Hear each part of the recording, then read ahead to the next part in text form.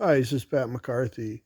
I'm trying to add more content, and the cam installation process, how I go about it, should be two videos. Unfortunately, I don't know if I'm going to be able to switch them around. So, this is the second video that you're watching right now. So, if you see this video, please try to check the first one out.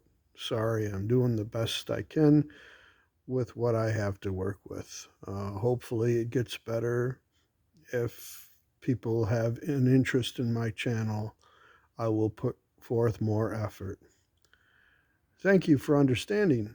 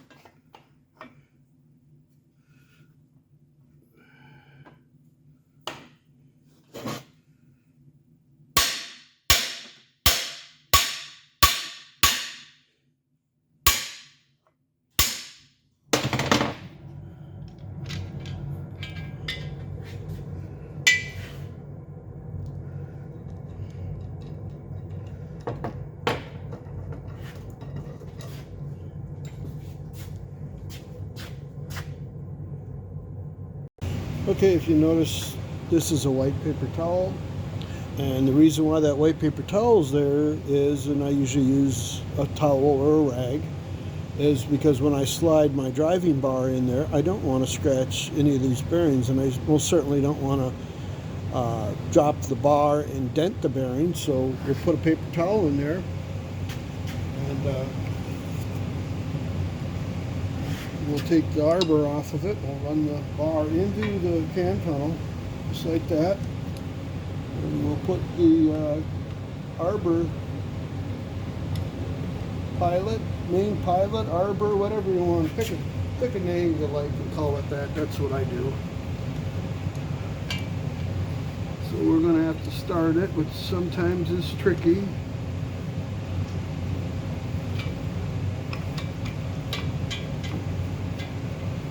And you know, when you got to start the arbor, so you got to turn it. So you know, if you didn't have that towel in there, you'd be turning on that bearing and scratching the hell out of it. So that's why the towel's there. Okay, so we'll back it off. It's going to take a very careful because we're resting on that bearing, so I can put the manual on it to drive it. Okay, so we gotta back it up a little bit, put it on. Okay, we got our position of our bearing.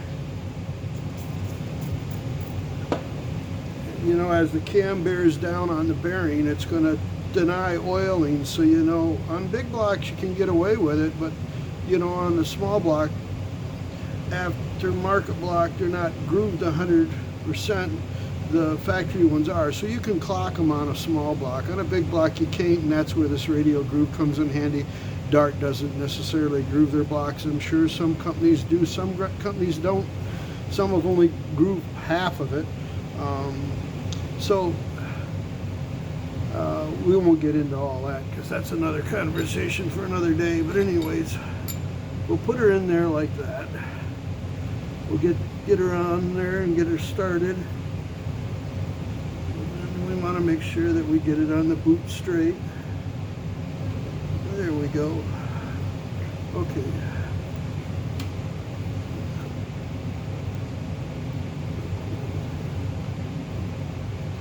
And it decided to stick on me. There we go. Okay, so we're lined up at the oil hole.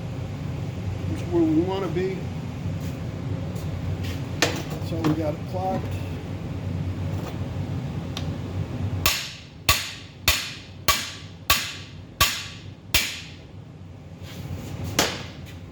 Look down the oil hole to make sure we're into the groove.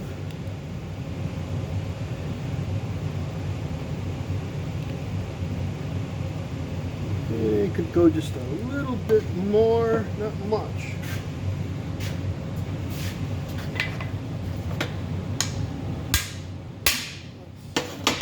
Good. Yep, that's good.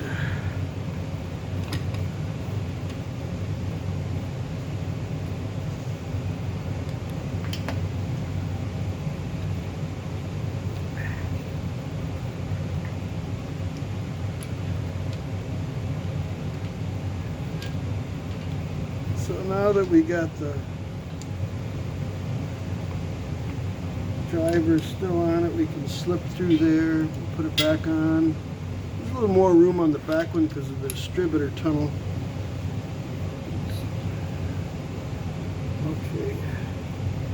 Still resting on our towel. We want to pull it back and make sure we're not dragging on any of the bearings.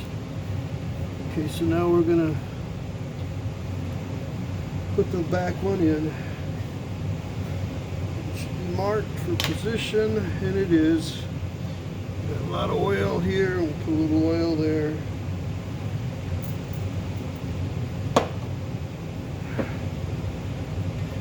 Okay, we'll drop her in there.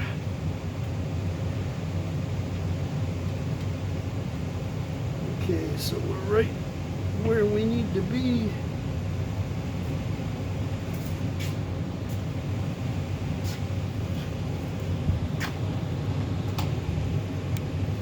Trying to get you in a spot where you can see a little better, maybe not, who knows.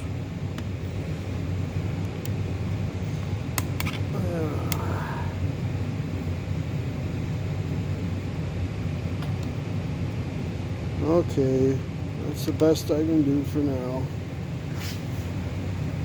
So we're going to drive that one in. When you're driving them, you always want to make sure you don't drive them off the table. That ain't no fun when you drop the block on the ground. Can't say I've done it, don't want to.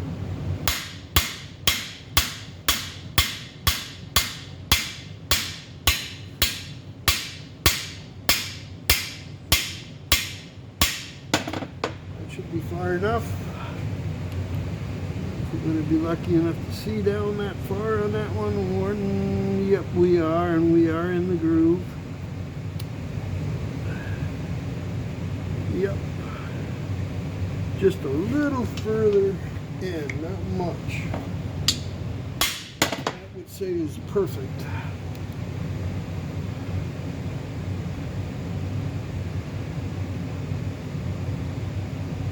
Yep. Yep, we're good.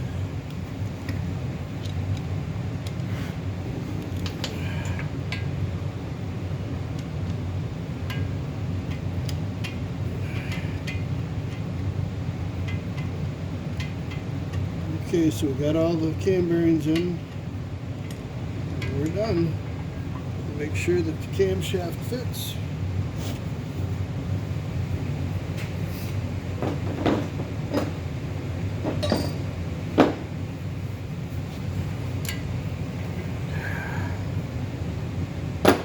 You can have the world's best cam tool installer, and you can have a moron install it. So, I mean, just because you don't have the best tool in the world doesn't mean you can't do the job right. I won't do any more of that. I'll just put them all shut. Well, thanks for watching. I guess I'll try to show you down one of these cam bearings that was properly installed. We'll see if I can get enough light down there to show you where we're at. But anyways, It's going to be awful hard, but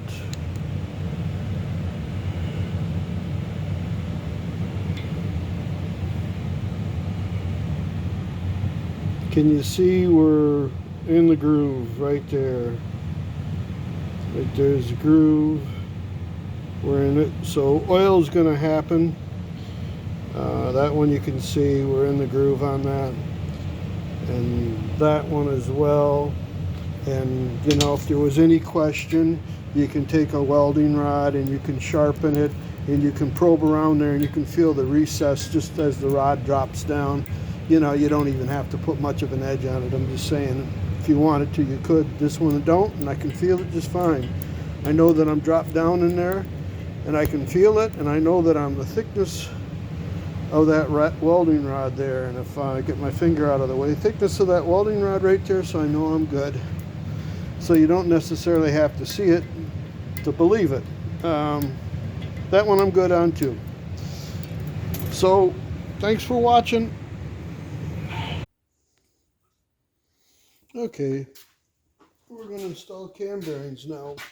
Cam bearings have been prepped, and the cam bearings have been deburred, and they've been this edge has been softened up so the lead will start. It'll start better in the installation.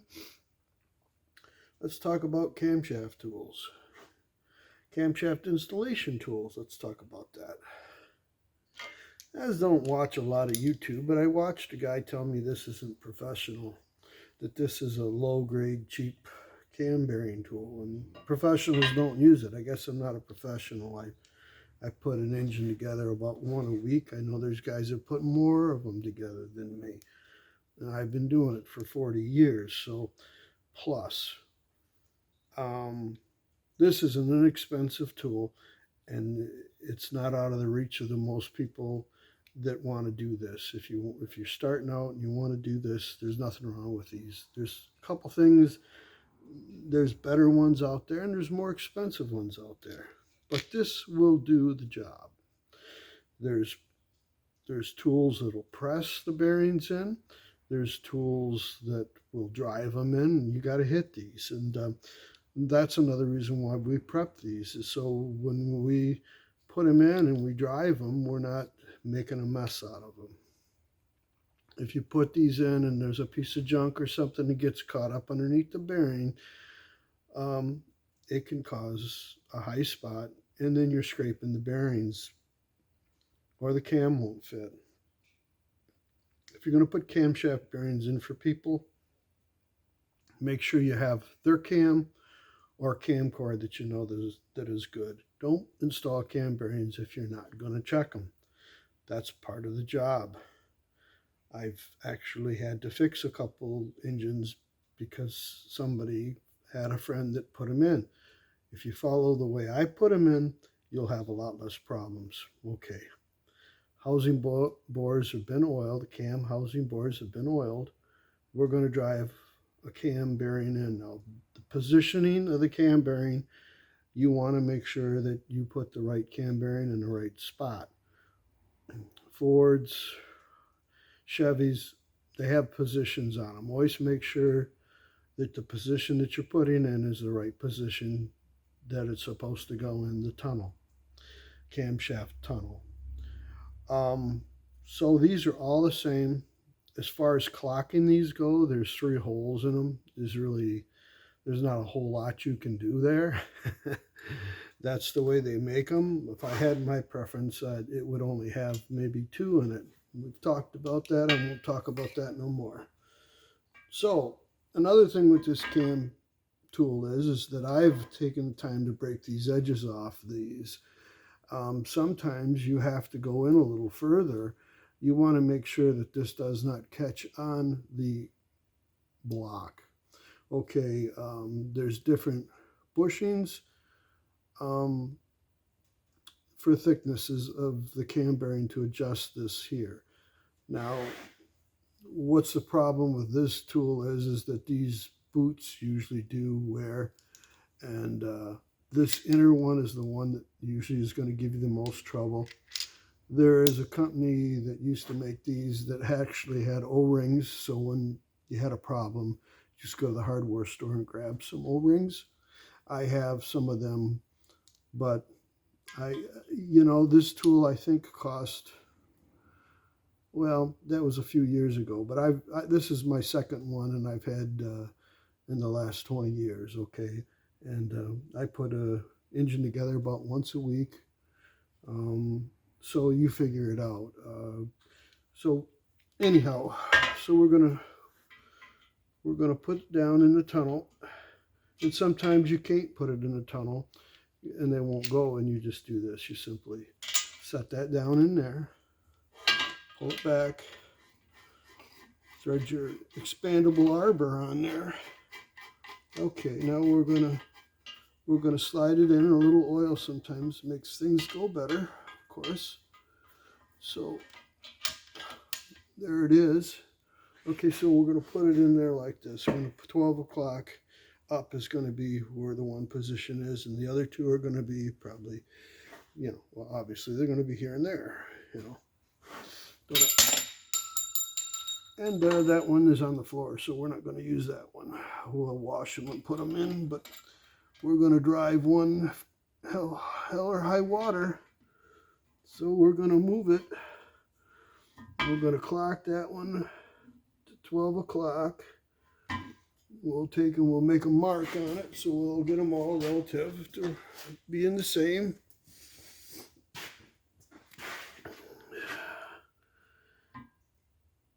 So we'll say that is straight up, and it is. We'll slide the driving cone in the back, and now we're set to drive. The housings have oil on them. We're gonna just put a little bit of oil on them, just to drive them. Make sure he goes in without tearing up anything. Okay, so we're gonna drive it. And I'm only gonna drive one with this video, and give me time to take the one off the floor and wash it. So we're gonna hit it. And the thing with these is you want to make sure that the arbor is up tight and it's expanded against the bearing, and make sure you tighten that up, because if you don't, the rubber will compress and you'll knock the driver right through the cam bearing, and then you can ruin the cam bearing. So you don't want to do that.